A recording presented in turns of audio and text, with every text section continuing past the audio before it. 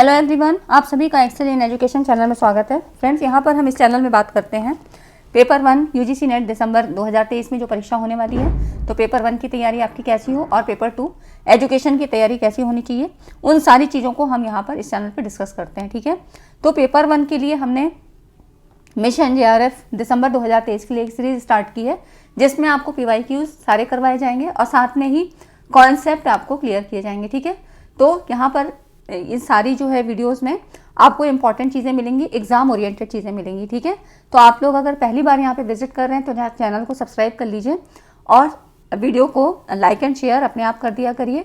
ठीक है, टेलीग्राम का लिंक आपको डिस्क्रिप्शन में मिल जाता है, तो टेलीग्राम चैनल को भी ज्वाइन कर लें। ठीक है, तो यहाँ पर हम स्टार्ट करते हैं।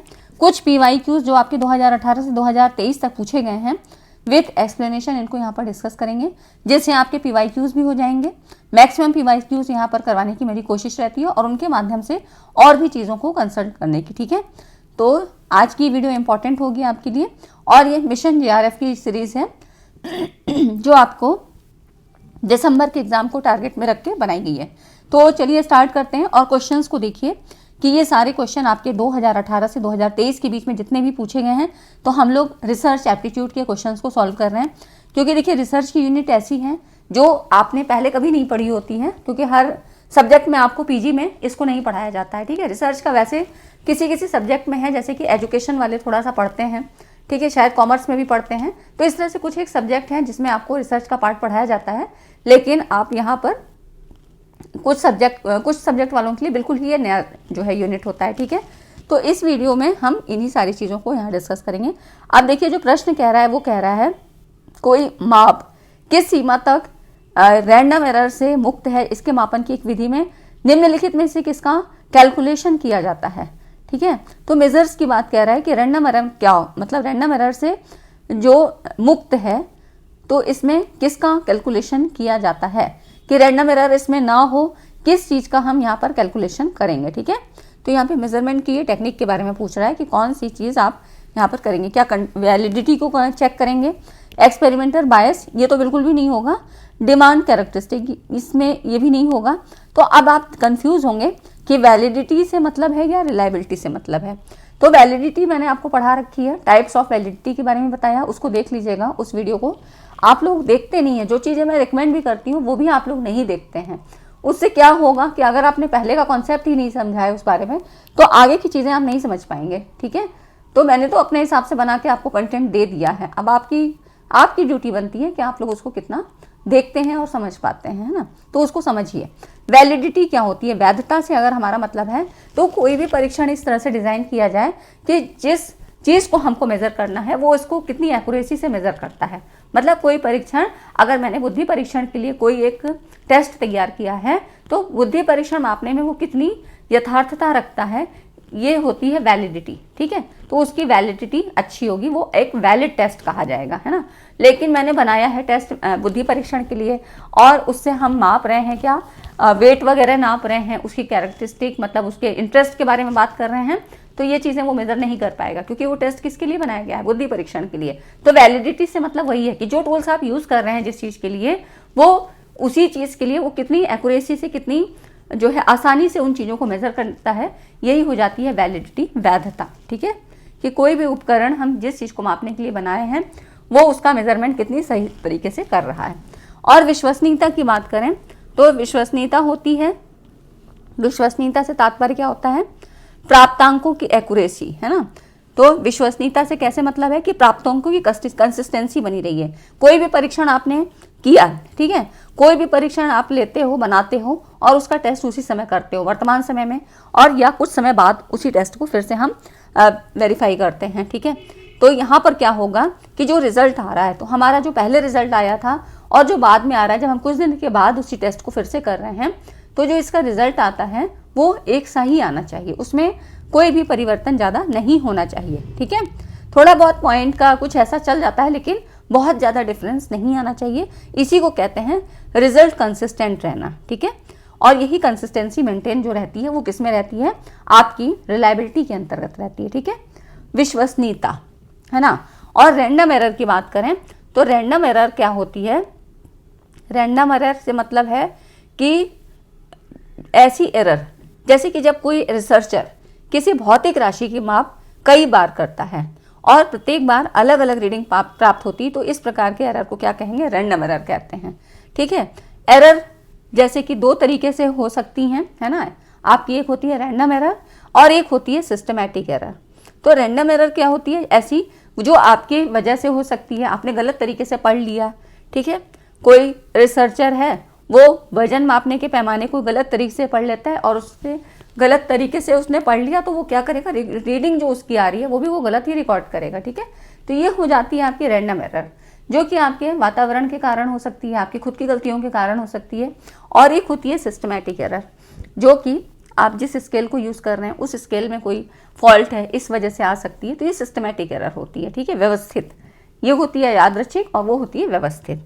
तो यहाँ पर देखिए, इसमें जो हम बात कह रहे हैं कि कोई माप किस सीमा तक यादृच्छिक त्रुटि से मुक्त है, तो इसके मापन के लिए हम किसको करेंगे, टेस्ट रीटेस्ट रिलायबिलिटी। ठीक है, अब ये टेस्ट रीटेस्ट क्या होता है, मैम आपने तो रिलायबिलिटी के बारे में बताया है ना, मैंने अभी आपको विश्वसनीयता के बारे में बताया। तो जो टेस्ट रीटेस्ट है ना, इसी का एक टाइप होता है।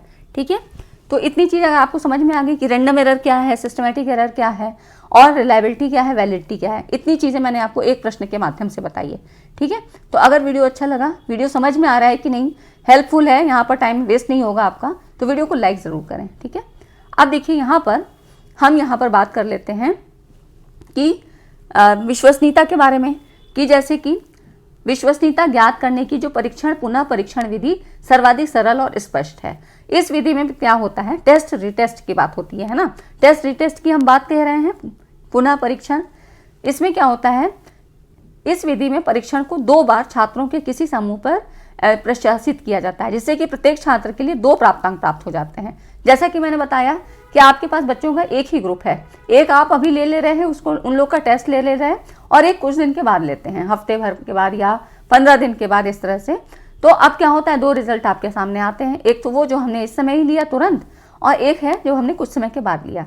अब परीक्षण के प्रथम प्रशासन और परीक्षण के द्वितीय प्रशासन से प्राप्त अंकों के बीच सहसंबंध गुणांक की गणना की कर ली जाती है। ये हो जाती है जो आपका जो रिजल्ट आ रहा है वो क्या है, कंसिस्टेंट नहीं है, तो इसका मतलब क्या है, जो है रिलायबिलिटी वहाँ पर नहीं है, है ना। और अगर वो कंसिस्टेंट है, इसका मतलब समूह तो आपका एक ही है, जो भी बच्चों का समूह है, जो ग्रुप है जिस पे आप टेस्ट कर रहे हो वो तो एक ही है, लेकिन समय के वेरिएशन के कारण क्या हुआ कि रिजल्ट कंसिस्टेंट नहीं आ रहा है ना, समय के बाद वो चेंज हो रहा है, तो ये यहाँ पर विश्वसनीयता मेंटेन नहीं है। ठीक है, अब देख लेते हैं इसके बारे में थोड़ा सा, टाइप्स ऑफ रिलायबिलिटी।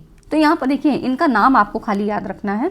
देखिए रिलायबिलिटी के टाइप्स कितने होते हैं, तो एक तो यही हो गया टेस्ट रिटेस्ट, है ना, ये एक मेथड ही होता है, यही चीज़ होती है इसमें, कि इसमें क्या होता है, कुछ समय के बाद आपको टेस्ट लेना होता है, एक टेस्ट हो जाता है, दूसरा रिटेस्ट हो जाता है। ठीक है, और जो कंसिस्टेंसी है वो मेंटेन रहनी चाहिए, तो जो विश्वसनीयता है वो आपकी रहेगी उस मेथड में। ठीक है, दूसरी हो जाती है आंतरिक संगति विधि, इंटरनल कंसिस्टेंट मेथड, ये दूसरी टाइप्स हो जाती है। फिर पैरेलल फॉर्म मेथड हो जाती है और स्कोरर रिलायबिलिटी। ठीक है, प्राप्तांक लेखन विश्वसनीयता, ये इसके 4 टाइप्स होते हैं। अब देखिए, अब जो इंटरनल कंसिस्टेंसी मेथड है, इनके खाली आपको नाम पता होने चाहिए कि रिलायबिलिटी के अंतर्गत कौन कौन से टाइप्स आते हैं। अब जो इंटरनल कंसिस्टेंसी है, इसको फिर से कई भागों में क्लासीफाई किया गया। इसमें देखिए स्प्लिट हाफ रिलायबिलिटी मेथड, अगर कहीं रिलायबिलिटी लिखा है मतलब विश्वसनीयता, वो तो आप समझ ही जाओगे, है ना, लेकिन कहीं पर आप ऐसे लिखा है स्प्लिट हाफ, तो ये किस मेथड के अंतर्गत आता है ना, या आपको मैचिंग के लिए ऐसा दे दिया, तो आपको पता होना चाहिए कि स्प्लिट हाफ हमारा वैलिडिटी में नहीं आता है, यह आपका रिलायबिलिटी में आता है, विश्वसनीयता में। ठीक है, तो विश्वसनीयता और वैधता दोनों से काफ़ी प्रश्न आते हैं और आप लोग इन वीडियोज़ को ज़रूर देख लीजिए, ये मैंने आपको पूरी बना के दी है। रूलन एंड फ्लैगनन फार्मूला, ठीक है, कुडर रिचर्डसन फार्मूला और कोफिशिएंट अल्फा। ठीक है, तो 4 इसके टाइप्स आपको याद रखने हैं और 4 इंटरनल कंसिस्टेंसी के। ठीक, इतनी चीज़ें आपको रिलायबिलिटी के अंतर्गत, बस इससे ज़्यादा नहीं पूछेगा। ठीक है, अगला क्वेश्चन देखिए, यादृच्छिक त्रुटि को कम करने के लिए कौन सी विधि उपयुक्त है। आप देखिए उसी से संबंधित क्वेश्चन पूछा गया है ना, ये दूसरे सेट में आया हुआ था। तो आप कैसे, किस मेथड से रैंडम एरर को रिड्यूस कर सकते हो। रैंडम एरर जैसे कि मैंने बताया कि आप पढ़ ही गलत लेते हो, है ना, कोई भी आप मेजरमेंट कर रहे हो, किसी भी जो है हम किसी भी चीज़ के, कोई भी भौतिक राशि उसको मेजर कर रहे हैं और अलग अलग रीडिंग प्राप्त हो रही है, तो इस तरह से क्या होगी, जो आपकी एरर आएगी ये रैंडम एरर होती है। अब इसको हम दूर कैसे कर सकते हैं, क्या सिलेक्ट जो है सैंपल साइज को लार्ज करके, या सप्ताह के समयांतराल के पश्चात परीक्षण, या हर बार एक समान रूप से उपचार करना, या कार्य साधन की जांच करना।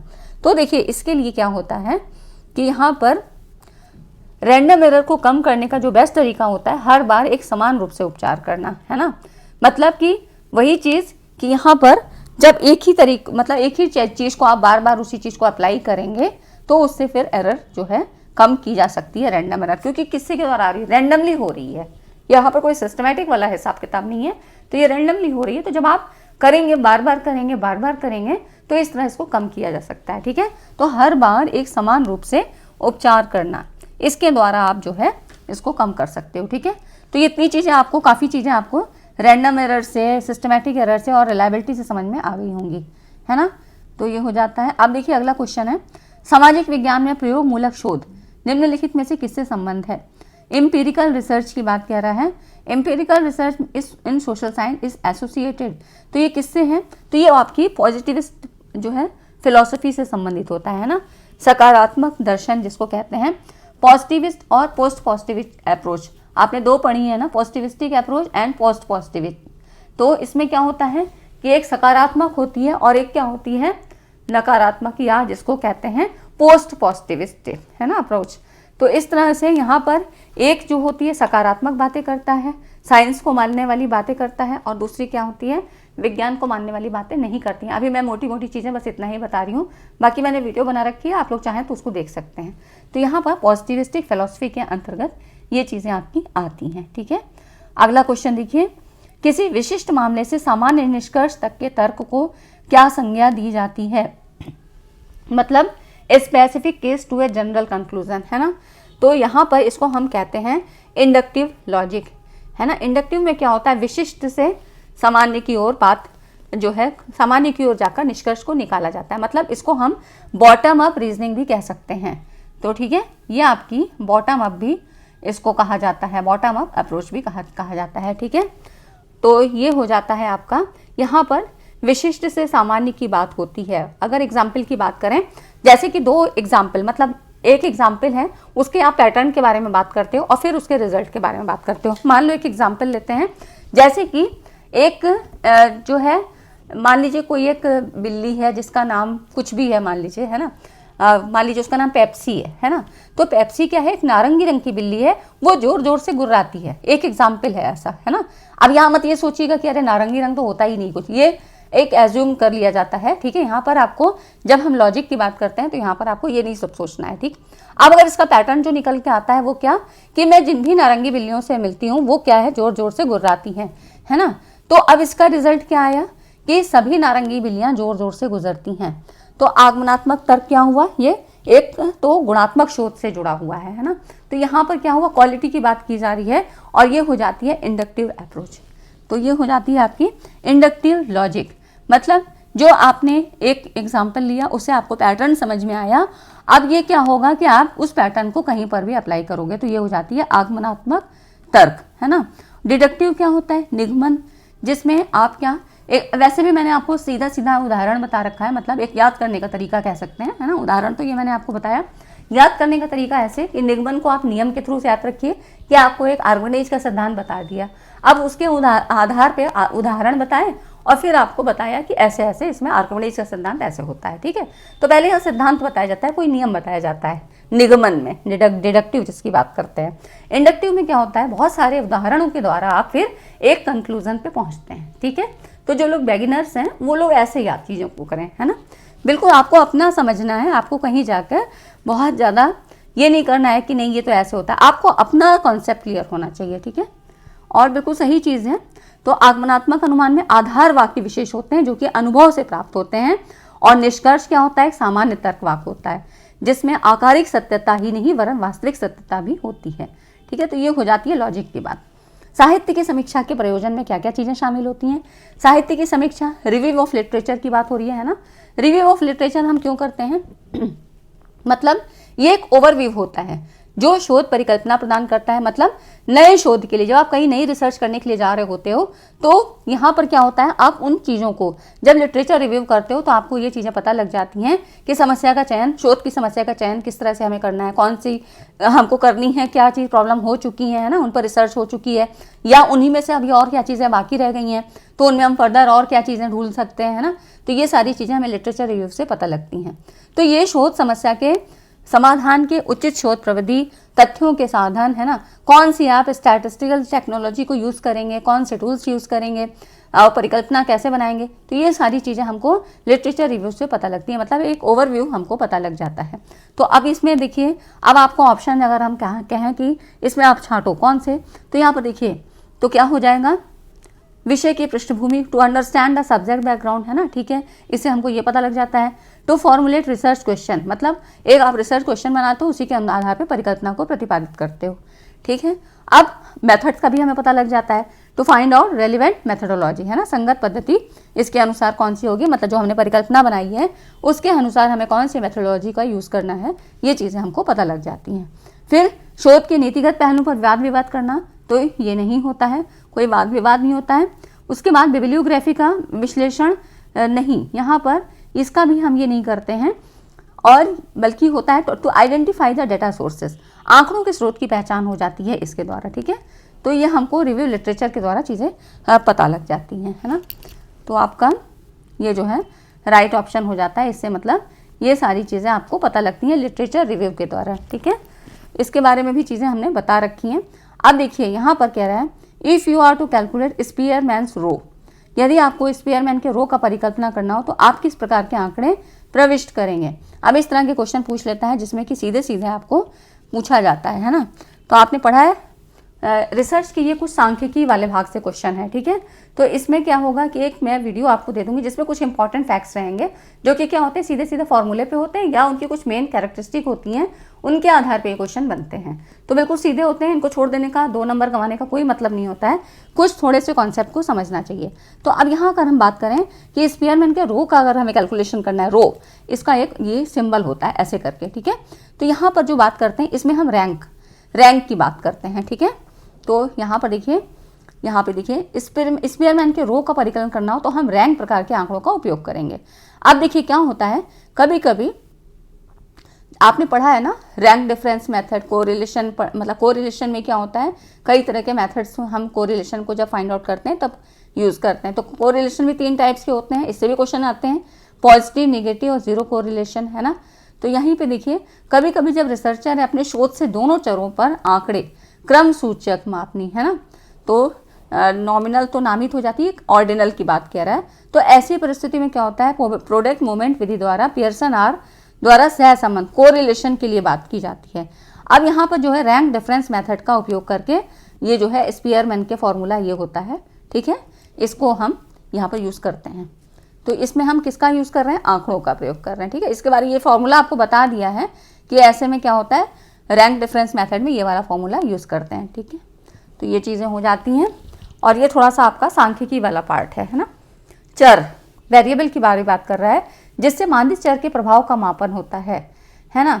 A variable that measures the effect of A manipulated variable, manipulated कौन, जिसमें कि हम जो है परिवर्तन करते हैं, कुछ जोड़ तोड़ करते हैं, तो manipulated variable is known as, है ना। तो ऐसा variable that measures the effect, तो उसको क्या कहते हैं, तो हम इसको डिपेंडेंट कहते हैं ना। हम डिपेंडेंट वेरिएबल पे को जो है इसी के प्रभाव का तो मापन होता है ना। जो स्वतंत्र चर होता है उस पर तो हम कोई जोड़ तोड़ कर सकते हैं, लेकिन डिपेंडेंट क्या होगा, क्योंकि उस पर वो आश्रित है, तो यहाँ पर कोई भी इफेक्ट आएगा उसका और उसी का हम यहाँ पर मापन किया जाएगा, है ना, कि क्या डिफरेंस आया, क्या चीज़ें हुई, यहाँ पर डिपेंडेंट वेरिएबल पे ही यहाँ पर हम मेजर करते हैं, ठीक है। तो चर जिससे मानदित चर के प्रभाव का मापन होता है उसे आश्रित चर की संज्ञा दी जाती है ना। तो शोध में आश्रित चर वो होता है जिसके बारे में शोधकर्ता या प्रयोगकर्ता कुछ प्रेडिक्शन करना चाहता है, और स्वतंत्र चर वो चर होता है जिसे प्रयोगकर्ता सावधानी पूर्वक निरीक्षण करता है, उसे रिकॉर्ड करता है, ठीक है। मतलब यहाँ पर वैल्यू जो है आपको मैनिपुलेशन किए जा सकते हैं, स्वतंत्र चर जो होता है, ठीक। अब अगला क्वेश्चन देखिए। और फ्रेंड्स वीडियो को अभी तक लाइक नहीं किया तो लाइक कर दीजिए। सब लोग वीडियो देख लेते हैं, आपको क्वेश्चन तो चाहिए कि एक जगह सारी चीज़ें मिल जाए, और वो वहाँ यहाँ पर मिलेंगी भी आपको, इस चैनल पे सारी चीज़ें आपको मिलेंगी एग्जाम ओरिएंटेड, क्योंकि मैं ना तो यहाँ पर कुछ आपसे ये कह रही हूँ कि मेरा ये कोर्स खरीद लो, वो कोर्स खरीद लो, ठीक है, मैं ऐसा कुछ भी नहीं कह रही हूँ। जो चीज़ है वो आपको यूट्यूब पे ही मिल रही है, फ्री ऑफ कॉस्ट है, कुछ भी नहीं है ऐसा। तो आप लोग वीडियो को लाइक ज़रूर किया करें, एक तो उससे आपका रिस्पांस पता लगता है कि आपको वीडियो पसंद आई नहीं आई, और फिर मेरा भी मोटिवेशन बढ़ता है। टीचर के लिए भी मोटिवेशन बढ़ाना ज़रूरी है, स्टूडेंट का भी बढ़ना ज़रूरी है, आपका भी एग्ज़ाम टाइम है, आपको वो चीज़ें मिलें जो आपके लिए हेल्पफुल हों, तो आपका भी मोटिवेशन बढ़ेगा, आप और अच्छे से तैयारी करोगे कि इन 40-45 दिन में मैं कितनी अच्छी तैयारी कर जाऊँ, है ना। तो उसी के अकॉर्डिंग मैं यहाँ पर आपको कंटेंट भी प्रोवाइड करती हूँ। तो आपका भी फर्ज बनता है कि आप वीडियो को लाइक करें, शेयर करें, ठीक है। The identification of involves research problem, शोध समस्या की पहचान में शामिल है। शोध समस्या की पहचान अब किस तरह से करोगे आप, तो देखिए हर बार एक क्वेश्चन आता है, शोध समस्या रिसर्च प्रॉब्लम से संबंधित क्वेश्चन हर बार थोड़ा बहुत चेंज करके पूछा जाता है, लेकिन चेंज कहाँ होता है, प्रश्न वही रहता है, खाली ऑप्शंस में आपके चेंज हो जाता है। तो यहाँ पर देखिए सबसे पहले आप करते क्या हो, selection of the academic era, है ना, एरिया, यहाँ पे एरिया है, ठीक है, तो ये हो गया आपका। उसके बाद अध्ययन क्षेत्र का सीमांकन, अब इसके अंतर्गत भी अगर आपने कोई भी एकेडमिक एरिया चुना तो उसमें भी आप क्या है, लिमिटेशन रखोगे कि मुझे इस क्षेत्र के अंदर फिर इसी टॉपिक के बारे में रिसर्च करनी है ना। जैसे आप मान लो एक किसी स्कूल में करना चाहते हो, हाई स्कूल लेवल का है, तो वहाँ पर क्या होगा कि आपको ये डिसाइड करना है कि मुझे 9वीं क्लास के बच्चों का ही यहाँ पर IQ लेवल का जो है टेस्ट करना है, ठीक है, रिसर्च करनी है। तो IQ से संबंधित चीज़ों को ही यहाँ पर मुझे अपने रिसर्च में देखना, मैंने एक एग्जाम्पल लिया है, ठीक है। तो ये हो जाती है लिमिटेशन। नहीं तो क्या होगा, आपका दायरा ही इतना ज़्यादा बढ़ जाएगा, फिर आप उस जो है पर्टिकुलर चीज़ को नहीं फाइंड आउट कर पाओगे।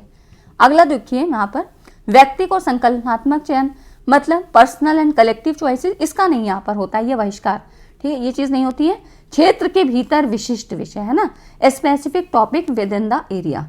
अब आपने एरिया को सेलेक्ट कर लिया, उसके बाद इसके अंतर्गत जो विशिष्ट विषय है, एक स्पेसिफिक टॉपिक के अंतर्गत आप जो है रिसर्च अपनी प्रॉब्लम जो है शुरू करते हो, ठीक है। तो ये हो जाती है आपके इस तरह से, है ना। तो अब अगला क्वेश्चन देखिए यहाँ पर, इसमें देखिए which of the following is an incorrect statement, कौन सा कथन गलत है। अब इसको आप लोग बताएंगे, ठीक है। यहाँ पर देखिए इसमें कह रहा है expose facto research use data that you collected before you came up with your hypothesis. यहाँ पर कह रहा है कार्योत्तर शोध में उन आंकड़ों का प्रयोग किया जाता है जिसे अपने परिकल्पना निर्माण से पूर्व एकत्र किया गया था। यहाँ पे गलत की बात कह रहा है ना। और आर्काइवल रिसर्च, पुरातात्विक शोध में किसी अन्य व्यक्ति द्वारा संकलित तो कभी कभी कूटबद्ध आंकड़ों का उपयोग किया जाता है। हाँ, तो बिल्कुल ये तो सही चीज़ है। उसके बाद देखिए observational methods are use in both correlational and experimental research. फिर नेक्स्ट है using a scatter plot to graph your correlational data will not tell you direction of the relationship, है ना। तो इसमें आपको बताना है कि कौन सा कथन गलत है, ठीक है। अगर इतनी चीज़ें आपको पता हैं, जो चीज़ मैंने पढ़ा भी रखी है और आपने खुद भी पढ़ी होंगी, तो उनके अकॉर्डिंग आप बताइए कि कौन सा कथन गलत है। अपने सह संबंधी आंकड़े लिखने के लिए स्कैटर प्लॉट का उपयोग करने से आपको पॉजिटिव या नेगेटिव की दिशा ज्ञान नहीं होगी, है ना। तो ये 4 ऑप्शन है, इसका आंसर आप लोग, ये होमवर्क क्वेश्चन है, ठीक है, यहाँ पर इसको आप लोग करके दीजिएगा, है ना। कमेंट में इसको क्वेश्चन नंबर 9 और फिर इसका आंसर लिख के आप ऐसे बताइए, ठीक है, कौन सा जो है गलत है। अब देखिए अगला है the advantage of secondary analysis, है ना। एडवांटेज ऑफ सेकेंडरी एनालिसिस क्या है, शोध में सहायक विश्लेषण। तो इसके एडवांटेज क्या हो सकते हैं, तो देखिए यहाँ पर सेकेंडरी एनालिसिस क्या होती है। सेकेंडरी एनालिसिस मतलब जो कि आप सेकेंडरी डाटा मतलब यहाँ पर यूज़ करते हो कि द्वितीयक डाटा जिसको बोलते हैं, कि बड़े पैमाने पर सर्वे या व्यक्तिगत अनुसंधान के हिस्से के रूप में एकत्र किया जाता है ना। मतलब सेकेंडरी डाटा से मतलब जो चीज़ें पहले से हैं आप उन्हीं में से कुछ चीज़ें निकाल के आप अपने लिए यूज़ करते हो, है ना। तो मतलब secondary data refers to data that is collected by someone other than the primary user. जो प्राइमरी यूज़र है उसने पहले से कलेक्ट की चीज़ों को और आप सेकेंडरी सोर्सेज के रूप में फिर आप उन्हीं डाटा से, जो प्राइमरी है उन्हीं से आप जो है फिर से और डाटास को निकाल रहे हो, ठीक है। तो ये क्या हो जाता है। अब इसमें लाभ क्या होंगे, शोध में सहायक विश्लेषण के लाभ क्या होंगे, तो यहाँ पर देखिए ये हो जाएगा इट इज़ इनएक्सपेंसिव, है ना, ये सस्ता हो जाता है ना। उसके बाद है यहाँ पर कोई आपको मेजरिंग इंस्ट्रूमेंट बनाने की ज़रूरत नहीं है, क्योंकि भाई सस्ता हो गया तो ये सारी चीज़ें हो गई, है ना। फिर है डाटा आर्चिव, यहाँ पर ये हिस्टोरिकल रिसर्च में हम ज़्यादा यूज़ करते हैं, जो हमें आंकड़े पहले से मिले हुए हैं पुरातात्विक शोध के द्वारा या आपको किसी म्यूजियम के द्वारा या कुछ भी जो ऐसे साक्ष्य मिले हैं, एविडेंस मिले हैं, उनके थ्रू हम यहाँ पर और चीज़ों को जानने की कोशिश करते हैं, तो वो सेकेंडरी हो जाती हैं। ठीक, प्राइमरी ये जो कि आपको पहले से चीज़ें यहाँ पर मिली हुई हैं। महत्वपूर्ण ज्ञान उत्पन्न करने के लिए उपयोगी अवसर प्राप्त होता है, आंकड़ों को समझने के लिए समय कम मिलता है। अब इसमें देखिए यहाँ पर चौथा ऑप्शन ये होगा कि महत्वपूर्ण ज्ञान उत्पन्न करने के लिए उपयोगी अवसर प्राप्त होता है ना। तो ये चीज़ें इससे संबंधित हो जाती हैं। ये आपका क्या होता है, सेकेंडरी एनालिसिस, है ना, ये हो जाता है। ठीक है, तो इसमें ये चीज़ें आपकी इससे संबंधित हो जाती हैं कि सेकेंडरी डाटा या सेकेंडरी एनालिसिस एक ही चीज़ है, खाली आपको थोड़ा भ्रम पैदा करने के लिए यहाँ पे एनालिसिस करके दे दिया है ना। विश्लेषण सस्ता होता है, हिस्टोरिकल रिसर्च में हम यूज़ ही करते हैं, है ना। तो ये सारे इसके ऑप्शन हो जाते हैं। ठीक है, तो ठीक है फ्रेंड्स, ये आपकी 10 क्वेश्चन हो गए जो कि आपके लिए इम्पॉर्टेंट हैं, और काफ़ी सारी चीज़ें आपको PYQs के माध्यम से ऐसे पता लग जाएंगी। ठीक है, तो बाकी यूनिट्स के भी हम ऐसे ही क्वेश्चंस को सॉल्व करेंगे। और अगर वीडियो अच्छा लगा हो तो वीडियो को लाइक एंड शेयर जरूर करिएगा, और क्वेश्चन का जवाब जरूर दीजिए। ऐसे ही बहुत सारे क्वेश्चन मैं आपके लिए लाऊंगी जो कि इंपॉर्टेंट होंगे, और आप लोग कमेंट करके बताइएगा। ठीक, चलिए मिलते हैं अगली वीडियो में। वीडियो को लाइक एंड शेयर जरूर कर दीजिए। चलिए मिलते हैं अगली वीडियो में। Thanks for watching.